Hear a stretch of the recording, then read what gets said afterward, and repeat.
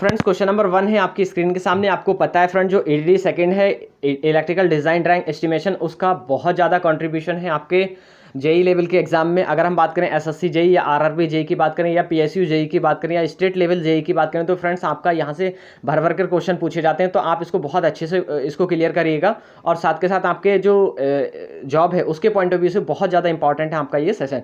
I mean ये lecture भी नहीं, ये सब्जेक्ट पूरा सब्जेक्ट फ्रेंड्स है ना। तो फर्स्ट जो आपका क्वेश्चन है उसको देखते हैं। आजकल वायरिंग के लिए कौन सी तार का प्रयोग होता है? तो फ्रेंड्स मैं आपको बता दूं कौन सी वायर यूज़ करते हैं। तो आपको पता है पीवीसी वायर को यूज़ करते हैं। तो फ्रेंड्स एक क्वेश्चन के जितने भी कॉन्सेप्ट होंगे मैं सारे यहाँ पर डिस्कस करूँगा, जिससे आप किसी भी क्वेश्चन आपका कोई भी क्वेश्चन आपका एग्जाम में छूट ना पाए। इसलिए मैं जितने भी आपके रिलेटेड एग्जाम एक ही कॉन्सेप्ट पर बेस जितने भी क्वेश्चन बनने वाले हैं सारे के सारे मैं यहाँ पर डिस्कस करूंगा। तो क्वेश्चन नंबर 1 में बोला गया कि कौन सी वायर का यूज़ करते हैं। तो आपको पता है सर फ्रेंड्स की जो आपका वायर है वो पीवीसी होता है, ठीक है। तो पॉलीवाइनिल क्लोराइड, अगर हम बात करें पीवीसी की फुल फॉर्म तो आप लिख लेंगे पॉलीवाइनिल क्लोराइड, ठीक है। तो ये आपका ऑप्शन जो 1 था उसका ऑप्शन नंबर ए ठीक, क्वेश्चन नंबर 1 का ऑप्शन नंबर ए ठीक था, ठीक है, पीवीसी। नेक्स्ट क्वेश्चन पर चलते हैं फ्रेंड्स। एमसीबी का अर्थ है, तो आई थिंक आपको पता होगा एमसीबी और एमसीसीबी का। तो एमसीबी का मैं बताऊंगा, फिर उसके साथ साथ मैं आपको बताऊंगा एमसीसीबी का भी क्या होता है। तो फ्रेंड्स मैं आपको बता दूं कि एमसीसीबी का या फिर एमसीबी का, पहले हम एमसीबी का बात कर रहे हैं क्योंकि एमसीबी का यहाँ पर पूछा गया। तो आप एमसीबी को क्या बोलते हो फ्रेंड्स? मिनिएचर सर्किट ब्रेकर या मिनी सर्किट ब्रेकर।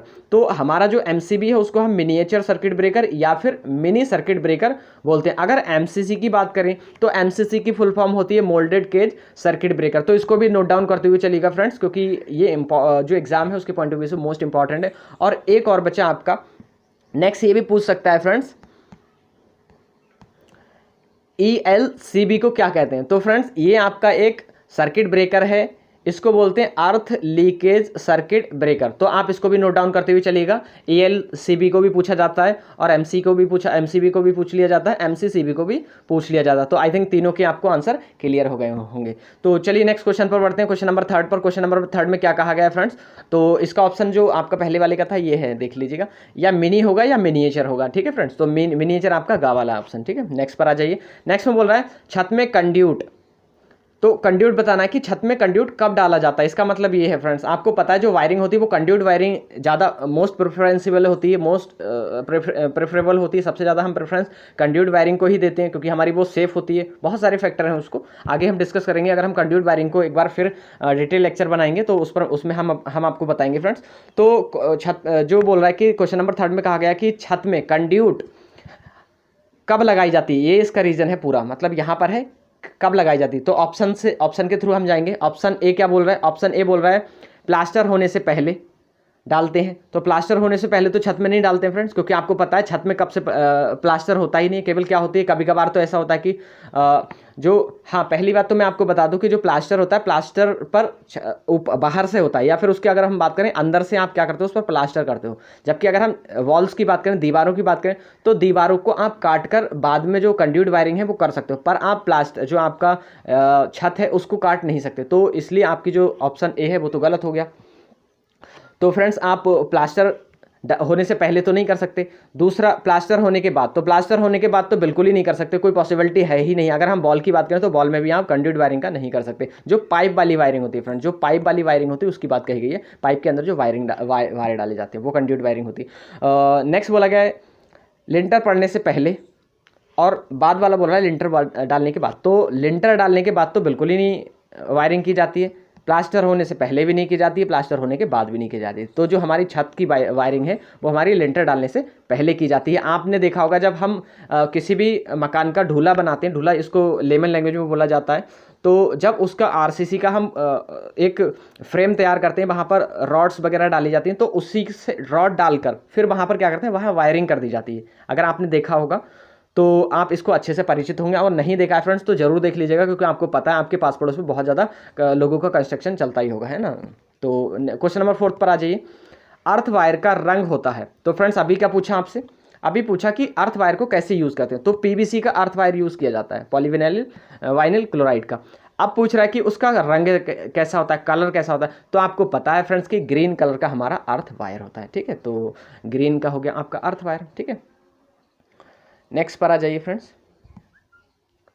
नेक्स्ट है आपका सीडी की वायरिंग में कौन से स्विच प्रयोग होते हैं। तो आपको पता है जो आपकी सीडी जो होती हैं, जो जिसको हम जीना बोलते हैं, तो उसकी जो वायरिंग होती है सीढ़ियों की, तो सीढ़ियों की वायरिंग पर कौन सा स्विच यूज़ करते हैं। तो वहाँ पर हम इंटरमीडिएट स्विच का यूज़ करते हैं। तो देख लीजिएगा ऑप्शन कौन सा आपका ठीक है, ऑप्शन नंबर सेकंड वाला या फिर ऑप्शन ग इज़ द राइट आंसर। ठीक है, इंटरमीडिएट स्विच का यूज़ करते हैं फ्रेंड्स। यहाँ पर इंटरमीडिएट स्विच का मतलब ये है फ्रेंड्स कि अगर आप, मैं एक बार एग्जांपल बता दूँ, देख लीजिएगा ये आपकी सीढ़ियाँ हैं, यहाँ आपका स्विच लगा हुआ, एक स्विच यहाँ पर लगा हुआ होगा। तो मान लीजिए जब आप यहाँ पर जा रहे हैं तो आपको क्या करना होगा, स्विच ऑन करना होगा, जिससे क्या हो, आपका जो बल्ब लगा हुआ है या जो लैंप लगा हुआ है वो ग्लो कर जाए। तो यहाँ से आप उसको करोगे ओपन, देन आफ्टर जब आप आगे चले जाओगे फ्रंट सीढ़ियों पर, तो यहाँ से आपको उसको क्या करना होगा, अब क्लोज भी तो करना होगा। क्लोज कोई दूसरा बंदा तो नहीं करेगा आकर, है ना फ्रेंड्स। तो एक स्विच मतलब एक जो बल्ब है वो हम दो स्विच से ऑपरेट करा रहे हैं। इस वाले स्विच से हम ऑन करेंगे तो इससे हम उसको ऑफ कराएंगे। तो ये इंटरमीडिएट स्विच है और ये रिवर्स में लगे हुए होते हैं। अगर इसका जो नॉब है वो ओपन करने वाली ऊपर है तो इसकी नॉब ऊपर करने वाली नीचे होगी फ्रेंड्स। ये डिफरेंस है, दोनों ये अपोजिट ऑपरेट होंगे फ्रेंड्स। ठीक है, इंटरमीडिएट स्विच इसको बोला जाता है। नेक्स्ट पर आ जाइए, क्वेश्चन नंबर 6 पर बोल रहा है नमी वाले स्थान पर कौन सी वायरिंग प्रयोग होती है। तो आई थिंक इससे आप परिचित होंगे, अगर नहीं परिचित हो तो मैं बता देता हूँ। जो आपकी नमी वाली रीजन होते हैं तो उस पर हम वेटन वायरिंग जो वायरिंग होती है उसको यूज़ करते हैं। वेटन वायरिंग जो होती है उसको यूज़ करते हैं हम। कंड्यूट वायरिंग को भी यहाँ पर यूज़ नहीं करते हैं। कलेक्ट जो वायरिंग होती है उसको भी यूज़ नहीं करते हैं। उपयुक्त में से कोई सी नहीं, ये तो है नहीं, तो हम वेटन वायरिंग का वहाँ पर यूज़ करते हैं। नेक्स्ट पर आ जाइए, क्वेश्चन नंबर 7, सुरंग की वायरिंग में एक साथ कितने बल्ब जलते हैं। तो फ्रेंड्स मैं आपको बता दूं, सुरंग की वायरिंग में एक साथ 2 बल्ब को ग्लो कराने की व्यवस्था रखी जाती है। तो देख लीजिएगा कौन सा ऑप्शन है आपका, ऑप्शन नंबर का आपका is the right answer. Next पर आ जाइए, क्वेश्चन नंबर 8 में कहा गया है चैनल वायरिंग का सामान किस मटेरियल से बना होता है। तो चैनल वायरिंग होती है फ्रेंड्स, चैनल वायरिंग अगर आपने देखी होगी तो एक चैनल की फॉर्म में एक जाल बनाकर उसकी वायरिंग की जाती है। तो चैनल वायरिंग का क्या काम है, चैनल वायरिंग का जो सामान है, मतलब जो उसका रॉ मटेरियल है जो उसमें यूज़ हो रहा है वो किसका बना होता है। तो अभी मैंने आपको बता दिया कि जो वायरिंग है उसमें जनरली हम पीवीसी वायर का ही यूज़ करते हैं। तो यहाँ उसी से रिलेटेड ये क्वेश्चन है आपका, पीवीसी। ठीक है, पीवीसी वायर का हम क्या करेंगे, जो मटेरियल है उसको यूज़ करेंगे। इसका रीज़न ये है कि जो हमारा पीवीसी है वो पहली बात तो इंसुलेटेड होता है, किसी को शॉक नहीं लगेगा। दूसरी बात ये होता है कि इसमें जो करंट लीकेज है उसकी जो करंट लीकेज होने की जो पॉसिबिलिटी है वो बिल्कुल मिनिमाइज हो जाती है, कम हो जाती है, करंट लीकेज इसमें नहीं होता। तो इसी प्रकार हम क्या करते हैं कि मैन क्या करें, लोग क्या हो इससे लोगों को इससे सेफ्टी प्रोवाइड हो सके। ठीक है, तो हम इसलिए पीवीसी का यूज़ करते हैं। नेक्स्ट पर आ जाइए,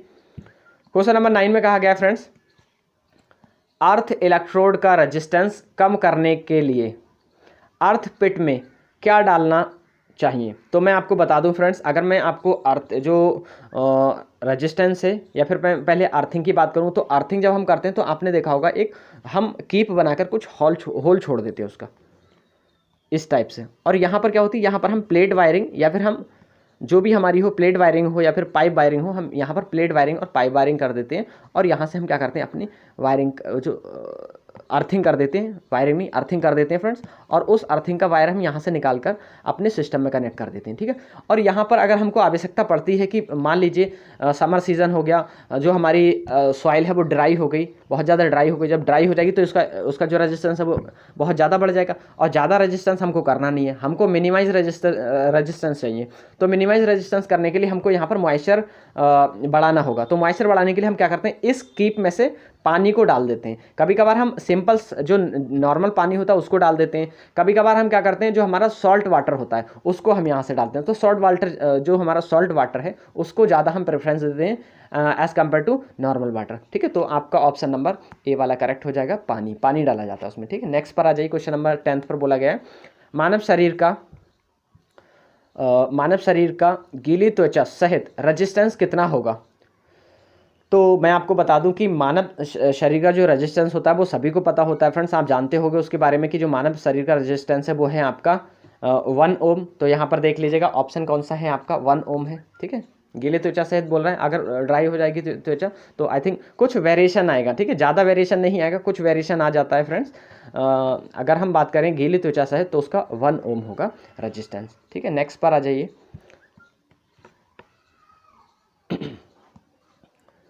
इंपॉर्टेंट क्वेश्चन है ये भी आपका 11 क्वेश्चन नंबर 11 में क्या कहा गया है?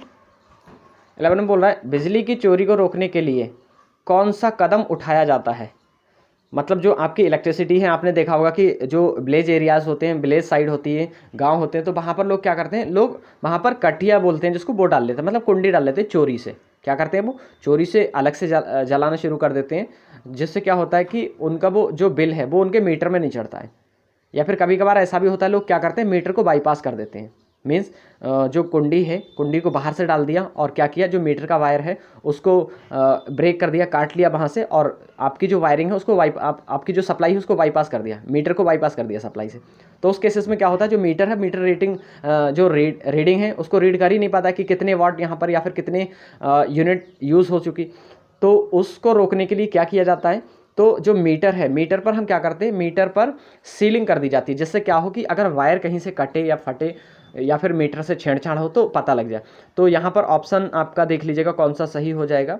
पहले हम ऑप्शन के थ्रू आएंगे, आई थिंक मुझे तो सारे ही ठीक लग रहे हैं। तो पहले देखते हैं, ऑप्शन ए में बोला गया है मीटर की मूवमेंट को सील कर देते हैं। हाँ बिल्कुल सील कर देते हैं, किसी प्रकार का आप उसमें हस्तक्षेप नहीं कर सकते। तो पहली चीज़ तो बिल्कुल करेक्ट हो गई। सेकंड पर आइए, सेकंड में बोला गया मीटर के टर्मिनल सील कर देते हैं। बिल्कुल सही बात है, मीटर के टर्मिनल भी सील कर दिए जाते हैं। मीटर के अंदर ना ही आप वायर को इंसर्ट करा सकते हो, ना ही उसके वायर को आप अंदर से कुछ काट पीट के ऐड भी नहीं कर सकते, जोड़ भी नहीं सकते, है ना। आपका गा वाला क्या है, मीटर के बाद सप्लाई फ्यूज लगाया जाता है। मीटर के बाद सप्लाई फ्यूज़ लगाया जाता है, ये ठीक तो है, सही तो है। आपने देखा होगा कि जैसे ही आपकी जो मीटर लगा हुआ होता है उसके जस्ट बाद आपका एमसीबी या फिर कोई फ्यूज़ लगा होता है, सिंपली कटआउट लगा देते हैं, फ्यूज़ लगा देते हैं आपका, या फिर एमसीबी लगा देते हैं। किस लिए लगा देते हैं, हाई वोल्टेज से हाई करंट से क्या करें, वो प्रोटेक्शन प्रोवाइड कराए। तो हाई करंट से प्रोटेक्शन के लिए हम क्या करते हैं, फ्यूज़ को यूज़ करते हैं। तो ये भी ठीक ठाक है। तो आपका जो डी वाला है, गा वाला है, वो ठीक हो जाएगा, उपरोक्त सभी। तो मैं एक चीज़ और बता दूं कि इसका एक रीज़न ये भी है कि मान लीजिए जो आपका करंट फॉल्ट, मतलब करंट इंक्रीज़ हो रहा है, किसी कारणवश घर में किसी भी प्रकार का फॉल्ट आ गया, तो मान लीजिए अगर हम फ्यूज़ नहीं लगाएंगे तो क्या होगा, हाई अमाउंट में करंट फ्लो होना शुरू कर देगी। हाई अमाउंट में हमारी करंट किससे पास ऑन होना शुरू कर देगी, हमारा जो मीटर लगा हुआ है उससे। अब जब हम मीटर के जस्ट बगल में या फिर बाद में क्या करेंगे, फ्यूज़ को लगा देंगे, तो जैसे ही जो करंट है उसकी वैल्यू इंक्रीज़ होगी, तुरंत क्या करेगा, जो हमारा फ्यूज़ है वो मेल्ट होकर उसको ब्रेक करा देगा। ठीक है, तो इस प्रकार से हमारा जो मीटर है वो सेफ बच जाएगा। नेक्स्ट क्वेश्चन पर आ जाइए। क्वेश्चन नंबर 12 क्या बोल रहा है फ्रेंड्स, तो क्वेश्चन नंबर 12 में कहा गया है एक 40 वाट फिलामेंट लैंप। तो मैं आपको बता दूं, जो फिलामेंट लैंप होती है वो बहुत ज़्यादा आपकी जो ऊर्जा है उसको वो एब्जॉर्ब करती है या फिर उसका कंजम्पशन करती है। बहुत ज़्यादा ऊर्जा का कंजम्पशन होता है यहाँ पर, बहुत ज़्यादा अमाउंट में करंट की रिक्वायरमेंट होती है फिलामेंट लैंप को। क्योंकि आपको पता है फिलामेंट लैंप वाले क्या होते हैं, मैं एक बार स्ट्रक्चर बना रहा हूँ, आपको पता है, आपने जब बल्ब देखा होगा तो कुछ इस तरह से बल्ब होता है लगा हुआ। फ्रेंड्स ऐसा आपने बल्ब देखा होगा लगा हुआ, ये होल्डर होता है उसका। मैं इसको ऐसे ही बना रहा हूँ जब तक। अगर मैं फिलामेंट लैंप की बात करूं तो कुछ इस तरह से आपका बल्ब होता है फ्रेंड्स। तो बल्ब क्या करता है फ्रेंड्स, बल्ब में जो फिलामेंट होता है, फिलामेंट अब कौन से इफेक्ट पर वर्क करता है, ये ऊष्मा के नियम पर काम करता है। इसको नोट डाउन करिएगा। ऊष्मा का नियम क्या कहता है, हीट का जो आपका इलेक्ट्रिसिटी का हीट है, हीट ऑफ इलेक्ट्रिसिटी बोल सकते हो, या फिर हीटिंग इफेक्ट ऑफ इलेक्ट्रिसिटी। जो विद्युत का ऊष्मीय प्रभाव है या फिर इलेक्ट्रिसिटी का जो आपका हीटिंग इफेक्ट है उस पर काम करता है आपका जो बल्ब है, फिलामेंट बल्ब वो। अब कैसे काम करता है, अगर हम जूल्स लॉ की बात करें या हीटिंग इफेक्ट के फॉर्मूले की बात करें तो होता है I²RT। अब जितना ज़्यादा यहाँ पर फ्रेंड्स करंट आप फ्लो कराओगे उतनी ज़्यादा हीट जनरेट होगी, जितनी ज़्यादा हीट जनरेट होगी उतना ये हमारा जो फिलामेंट है वो रक्त तप्त हो जाएगा, मतलब रेड हो जाएगा, बिल्कुल हॉट रेड हो जाएगा। और हॉट रेड की कंडीशन में क्या होगा, ये बल्ब जो है वो ग्लो करना शुरू कर देगा। तो यहाँ पर बहुत ज़्यादा करंट की रिक्वायरमेंट है जो हमारा फिलामेंट ट्यूब है। अब हम इसके कंक्लूजन पर आते हैं। तो कंक्लूजन में क्या है, 40 वाट फ्लोरोसेंट ट्यूब के बराबर करंट लेता है, बिल्कुल नहीं, ज़्यादा लेता है ये। खा में कहा गया है फ्लोरोसेंट ट्यूब से ज़्यादा करंट लेता है, इस पर विचार करेंगे, आई थिंक ये ठीक लग रहा है। गा वाले पर आ जाइए, 40 वाट फ्लोरोसेंट ट्यूब से कम लेता है, तो कम तो बिल्कुल ही नहीं लेता। तो आंसर आपका जो खा वाला है वो ठीक हो जाएगा। 40 वाट जो आपका फ्लोरोसेंट ट्यूब है उससे ज़्यादा करंट लेता है, ठीक है। तो आंसर आपका खा वाला is the right answer. Next पर आ जाइए क्वेश्चन नंबर, नेक्स्ट क्वेश्चन पर आ जाते हैं फ्रेंड्स। क्वेश्चन नंबर आपका 13 हो गया। 13 में बोला गया एसी सप्लाई पर फ्लोरेसेंट ट्यूब में चोक लगाने का उद्देश्य है। तो मैं आपको बता दूं कि चोक का काम क्या होता है। चोक का काम होता है फ्रेंड्स करंट को लिमिट करना, पहली चीज़ करंट को लिमिट करता ही चोक। दूसरी जो आपका वोल्टेज है मतलब हाई वोल्टेज उसको प्रोवाइड करा देना स्टार्टिंग में। स्टार्टिंग मतलब जब स्टार्टर है ट्यूब लाइट का, उसमें स्टार्टिंग में क्या करना है, उसको वोल्टेज की वैल्यू को इंक्रीज करा देना, मतलब हाई प्रेशर वहाँ पर क्रिएट करना है, जिससे क्या हो स्पीड से जो आपकी ट्यूब लाइट है वो ग्लो करना शुरू हो जाए, मतलब ऑपरेट आसानी से हो जाए बहुत कम समय में, मीन्स विद इन सेकेंड। तो अब कुछ ऐसा देखिएगा क्या इससे मैच कर रहा है। तो ऑप्शन ए देखिएगा, पहले ए में बोला गया है ट्यूब लाइट जलने पर करंट नियंत्रित करना, बिल्कुल सही बात है, करंट को लिमिट करता है, ठीक है, पहले वाला बिल्कुल सही होगा। सेकंड में आइए, ट्यूब को स्टार्ट करने के लिए हाई वोल्टेज किक देना, मतलब हाई वोल्टेज प्रेशर क्रिएट करना या फिर प्रेशर क्रिएट करना, तो ये भी ठीक हो गया। तो आपका उपरोक्त दोनों मतलब का और खा दोनों ऑप्शन ठीक हो जाएंगे आपके, ठीक है। तो नेक्स्ट पर आ जाइए, क्वेश्चन नंबर 14 पर कहा गया है डीसी सप्लाई पर फ्लोरेसेंट ट्यूब कार्य करते समय आर्क नियंत्रित करने के लिए, तो आर्क नियंत्रित करने के लिए डीसी की बात करी गई है, किसको यूज़ किया जाता है। तो आपको पता है फ्रेंड्स, अगर हम बात करें रेजिस्टेंस की, तो रेजिस्टेंस हम लगा देते हैं, तो रेजिस्टेंस क्या करता है, करंट का अपोज करता है। तो करंट का अपोज करेगा तभी तो करंट लिमिट होगी फ्रेंड्स, या फिर आर्क कम जनरेट होगी, जितनी ज़्यादा करंट फ्लो होगी उतनी ज़्यादा आर्क जनरेट होगी। तो आर्क को लिमिट करने के लिए हमको करंट को लिमिट करना होगा, तो करंट लिमिट करने के लिए हमको रजिस्टेंस ऐड करना होगा। तो खा वाला आंसर सही हो जाएगा। नेक्स्ट पर आ जाइए, क्वेश्चन नंबर 15 में कहा गया है लाइट स्थापना में इस लैंप का उपयोग स्ट्रोबोस्कोपिक इफेक्ट का कारण बनता है। तो एक बार हम देखते हैं फ्रेंड्स, जो हमारा लाइट स्थापना के समय जो हमारा स्ट्रोबोस्कोपिक इफेक्ट है उसका क्या कारण है।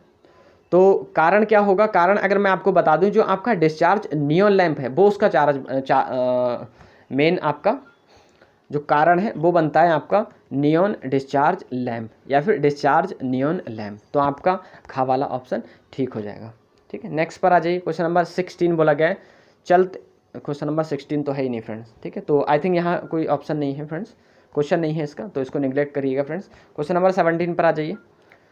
17 में कहा गया है घर की वायरिंग में लूपिंग प्रणाली में न्यूट्रल इन और आउट कहाँ से लूप किया जाता है, मतलब इनपुट की बात कही गई है, ये है इनपुट और इधर है आपका आउटपुट। तो ये बोल रहा है कहाँ से उसकी लूपिंग करना होती है। आपको पता है फ्रेंड्स, जो घर की वायरिंग होती है वो हम लूप वायरिंग करते हैं, है ना, लूप प्रणाली मतलब लूपिंग सिस्टम पर के आधार पर करते हैं हम होम वायरिंग, ठीक है। तो आपको पता है इनपुट और आउटपुट कहाँ से लूप किया जाता है।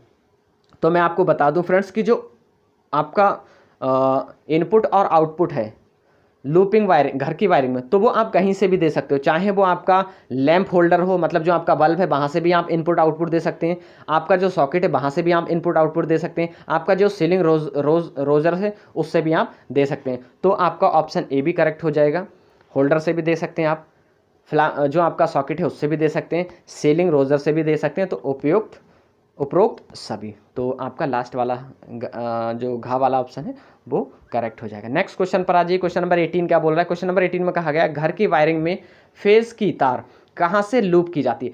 इसका एक रीज़न है, ये आप हर जगह से नहीं दे सकते फ्रेंड्स, तो इसको आप केवल स्विच से ही देना पड़ेगा, मतलब फेज वायर है इसलिए, ठीक है। अगर आपका जो यहाँ पर इसने बोला था, यहाँ पर देख लीजिएगा क्वेश्चन में इस वाले में बोला था कि जो आपका न्यूट्रल है, तो न्यूट्रल को तो आप कहीं से भी लूप कर सकते हो, है ना, लूपिंग कहीं से भी न्यूट्रल की कर दो, ये है न्यूट्रल। पर अगर हम फेज़ की बात करें तो फेज़ को हर जगह से लूप नहीं किया जा सकता, फेज़ को केवल हम स्विच से ही लूप कर सकते हैं। तो गा वाला is the right answer. Next question पर आ जाइए, क्वेश्चन नंबर 19 में कहा गया है निम्नलिखित पदार्थ से बनी फ्यूज तार का तुरंत पिघलने का प्रभाव होता है। तो मैं आपको पहले बता दूं फ्रेंड्स कि जो वायर है उसकी जो मेल्टिंग पॉइंट है वो बहुत निम्न होता है, मतलब बहुत लो मेल्टिंग पॉइंट होता है, जिससे क्या हो वो तुरंत मेल्ट हो जाए अगर उसकी रेटिंग से ज़्यादा करंट वहाँ पर फ्लो हुई है। मींस हम क्या कर रहे हैं, हमारी रेटिंग फिक्स है, जिस रेटिंग का हमको वहाँ फ्यूज़ लगाना है उस रेटिंग से ज़्यादा वहाँ पर करंट अगर फ्लो हो रही है फ्रेंड्स, तो क्या होगा उस केसेस में हमारा फ्यूज़ मेल्ट होना शुरू हो जाएगा। तो इफेक्ट पूछ रहा है, उसका इफेक्ट क्या है, इफेक्ट प्रभाव को हम बाद में बताएंगे, पहले हम आपको बता दें फ्यूज़ से बनने वाले क्वेश्चन। तो फ्यूज़ क्या है, फ्यूज़ आपको पता है एक प्रोटेक्टिंग डिवाइस है। पहली चीज़ फ्यूज़ क्या है फ्रेंड्स, एक प्रोटेक्टिंग डिवाइस है, लिखते हुए चलिएगा। प्रोटेक्टिंग डिवाइस है जो किससे आपको किस फॉल्ट से आपको प्रोटेक्ट करेगी, तो ये शॉर्ट सर्किट फॉल्ट से आपको प्रोटेक्शन प्रोवाइड कराएगी। ठीक है, 2 क्वेश्चन बन गए। तीसरा क्वेश्चन ये पूछेगा कि जो आपका फ्यूज़ है वो किस में प्लेस किया जाता है, पैरेलल में या सीरीज में। तो मैं आपको बता दूं, जो आपका फ्यूज़ है तो फ्यूज़ आपका सीरीज में कनेक्ट किया जाता है। क्यों कनेक्ट किया जाता है, उसका रीज़न ये है कि सीरीज में आपकी करंट की वैल्यू कांस्टेंट रहती है। अगर इंक्रीज़ हो रही है तो इंक्रीज़ होगी, डिक्रीज़ हो रही है तो डिक्रीज़ होगी। मीन्स कहने का मतलब ये है, अगर फॉल्टी करंट बढ़ा तो आपका totally current passing through the fuse. तो टोटली करंट कहाँ से फ्यूज़ पास होना शुरू हो जाएगा, आपके फ्यूज़ से पास होना शुरू हो जाएगा। और जब फ्यूज़ से पास होना शुरू हो जाएगा, फ्यूज़ की जो कैपेसिटी है वो कम है, मीन्स उसका मेल्टिंग पॉइंट कम है। अब वहाँ पर हाई अमाउंट में हीट जनरेट होना शुरू होगी तो वो मेल्ट हो जाएगा, पिघल जाएगा। ठीक है, तो ये 4-5 क्वेश्चन थे। अब इसमें देखिए इस क्वेश्चन को क्या बोल रहा है। इस क्वेश्चन पर बोला कि पिघलने का प्रभाव होता है। तो क्या प्रभाव होता है, मैं आपको बता दूँ कि जो आपका फ्यूज़ है वो एलॉय का बना होता है, मतलब लेड थर्ड एलॉय का बना होता है, जिसके कारण क्या होता है वो बहुत आसानी से पिघल जाता है। ठीक है, कॉपर, चांदी, कॉपर का भी यूज़ करते हैं, कॉपर का तो बहुत कम रेयर केस में यूज़ करते हैं, पर चांदी का जरूर यूज़ करते हैं HRC फ्यूज़ में। जबकि यहाँ पर नॉर्मल फ्यूज़ की बात कही गई है, तो नॉर्मल कंडीशन में हम क्या करते हैं, लेड और टिन को ही ज़्यादा प्रेफरेंस देते हैं। अगर हम HRC की बात करें तो HRC फ्यूज़ हम इंडस्ट्रियल पर्पज़ के लिए यूज़ करते हैं। इंडस्ट्रीज़ में हम ज़्यादा HRC फ्यूज़ का यूज़ करते हैं, या फिर डिस्ट्रीब्यूशन, अगर हमारी कोई लाइन चल रही है या डिस्ट्रीब्यूशन हमारा पैनल है तो वहाँ भी हम HRC फ्यूज़ का यूज़ करते हैं। ठीक है, तो नेक्स्ट क्वेश्चन पर आ जाइए। लास्ट क्वेश्चन है आपका, क्वेश्चन नंबर 20 बोल रहा है, फ्यूज़ तार के लिए 3 लेड एलॉय का सबसे कम गलनांक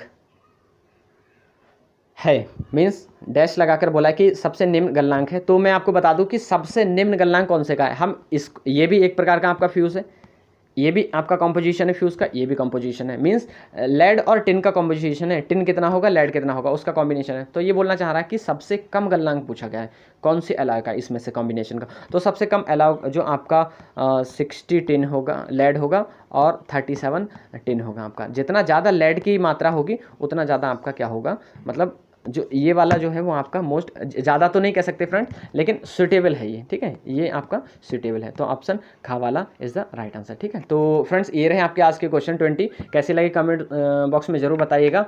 और अभी तक आपने चैनल को सब्सक्राइब नहीं किया तो चैनल को सब्सक्राइब कर लीजिएगा, अपने साथियों के साथ भी इसको शेयर कर लीजिएगा। तो नेक्स्ट कॉन्सेप्ट के साथ नेक्स्ट लेक्चर में मिलेंगे फ्रेंड्स। जब तक के लिए bye bye, take care, thanks for watching.